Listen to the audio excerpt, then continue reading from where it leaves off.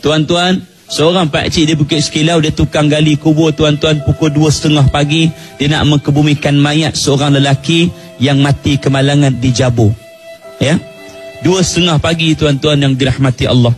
Bila sampai dia terima panggilan 2:30 pagi daripada pihak hospital kan. Hospital sekarang ni orang mati, orang yang meninggal pihak hospital akan uruskan. Waris hanya tuntut saja. Tuan-tuan, 2:30 pagi terima panggilan. Pak mak, pakcik bawa kawan dia seorang pergi hospital nak ukur lah, nak gali liang lahat, nak kena ukur. Ya, sebab ada orang Bukit Sekilau yang lain yang gali lubang kubur tuan-tuan. Bayangkan dia tengah gali lubang kubur, dia nampak tengkorak di sebelah.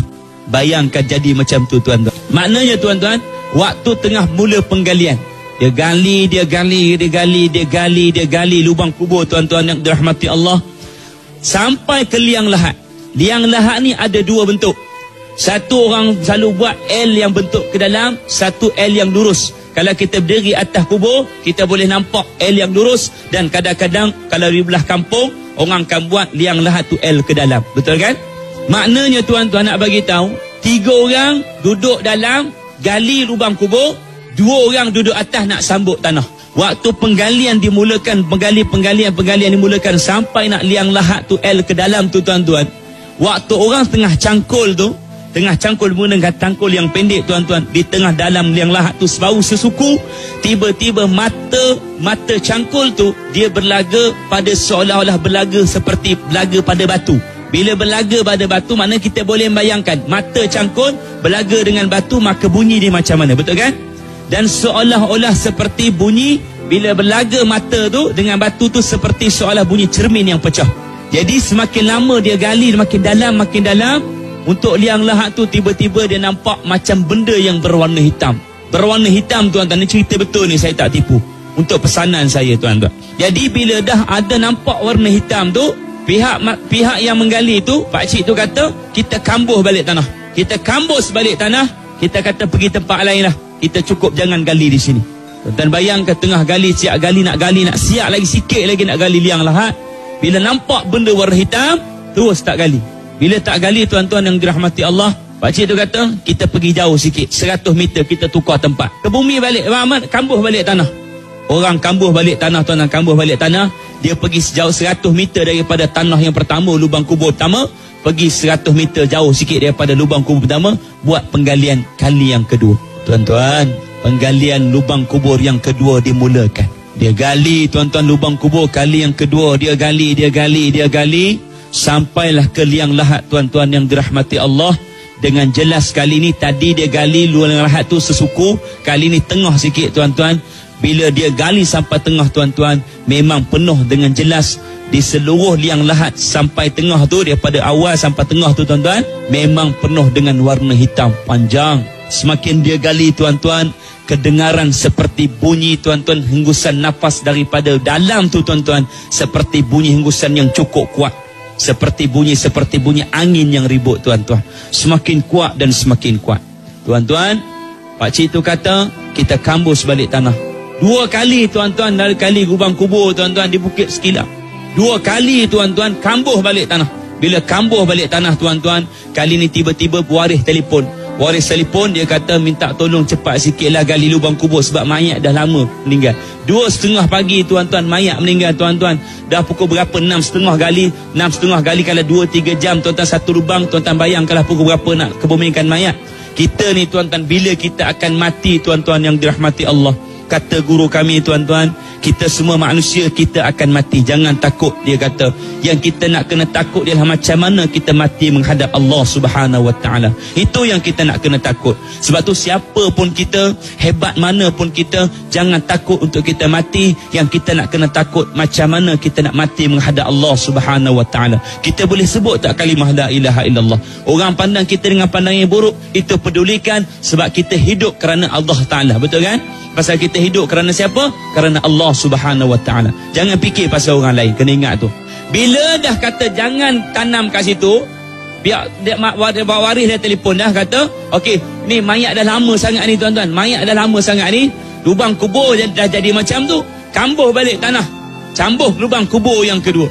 Tuan-tuan, bila kambuh lubang kubur yang kedua tuan-tuan, dekat mana lagi nak gali tuan-tuan? Mayat semakin lama dah tuan-tuan, mayat semakin lama ni cerita ni tuan-tuan. Bila mayat dah semakin lama, pakcik tu kata, kali ni walau apa pun jadi tuan-tuan, dia kata kita tetap kena gali dan kita tetap kena tunggu tuan-tuan. Bila dah tuan-tuan lubang kubur yang kedua dah ditanam balik, kambuh balik, kali ni kita gali lubang kubur yang ketiga. Kali ni walau macam mana pun sekali tuan-tuan, lubang kubur ni tetap kita kena gali. Penggalian lubang kubur yang ketiga dimulakan tuan-tuan. Bila penggalian lubang kubur yang ketiga dimulakan tuan-tuan, kali ni pakcik tu sendiri yang duduk dalam kubur tu 3 orang tuan-tuan, 2 duduk di atas tuan-tuan. Penggalian dimulakan. Bila penggalian dimulakan, dia gali tuan-tuan. Kali ni bila sampai liang lahat nampak dengan jelas, berwarna hitam, kulitnya seperti cahaya, seperti yang keras tuan-tuan. Maka itulah yang dia beritahu pada saya, dia ceritakan pada saya tuan-tuan, apa yang memenuhi pada liang lahat itulah namanya seekor ular yang besar. Itulah yang dia beritahu pada saya, dia ceritakan pada saya tuan-tuan, apa yang memenuhi pada liang lahat itulah namanya seekor ular yang besar. Tuan-tuan, pernah disebutkan oleh Nabi SAW, orang yang meninggalkan semayang dengan sengaja tanpa asbab tuan-tuan, diberi makan kepada mereka syujahul aqra, ular seekor besar seperti sengkuk unta tuan-tuan, panjangnya 30 hasta tuan-tuan. Diberi makan kepada mereka manusia-manusia yang seumpama ini tuan-tuan. Kena ingatlah termasuk saya tuan-tuan. Bila dah nampak dengan jelas dalam liang lahat tu, itulah seekor ular yang besar tuan-tuan yang dirahmati Allah. Tiba-tiba yang duduk di atas tu menangis, ada yang azan, ada yang berdoa tuan-tuan yang dirahmati Allah. Tiba-tiba tuan-tuan, pakcik tu pun semua naik atas, 3 orang 5 orang naik atas. Dia kata, aku nak kebumikan mayat, tolonglah ya Allah, permudahkan urusan aku nak kebumikan mayat. Mayat dah lama dah tertunggu, mayat dah lama dah tertanam, mayat dah lama dah terseksa. Tiba-tiba tuan-tuan, binatang tu bergerak sedikit demi sedikit tuan-tuan. Bila dia bergerak, semua orang dengan 5 orang tu jelas, nampak dengan jelas, dia berdiri di atas ekor dia dengan nafasnya seperti angin ribut tuan-tuan. Tuan-tuan bayang, dia berdiri di atas ekor dia tuan-tuan. Bila berdiri di atas ekor dia, tiba-tiba bila dia berdiri atas ekor dia tu menyusuh hilang di celah-celah Bukit Sekilang. Tuan-tuan pergi perkampungan Bukit Sekilang, kau tak nampak kan macam mana kubur dia. Bila dah hilang tuan-tuan, setengah jam lepas tu mayat pun sampai. Bila mayat pun sampai tuan-tuan yang dirahmati Allah, waris mesti kena tengok mayat untuk kali yang terakhir. Dibuka kainkan kafan di muka tuan-tuan, kita akan tengok tau. Siapa yang nak tengok mayat untuk kali yang akhir boleh tengok. Kita akan tengok mayat untuk kali yang terakhir tuan-tuan. Bila dah kata siapa nak tengok, waris nak tengok, okey, mayat bawa turun tuan-tuan. Ya, mayat bawa turun. Bila dah semua waris semua dah tengok mayat tu tuan-tuan yang dirahmati Allah, bila mayat dah semua dah tengok, dah kucup, dah peluk apa semua, diletakkan mayat tu dalam liang lahat.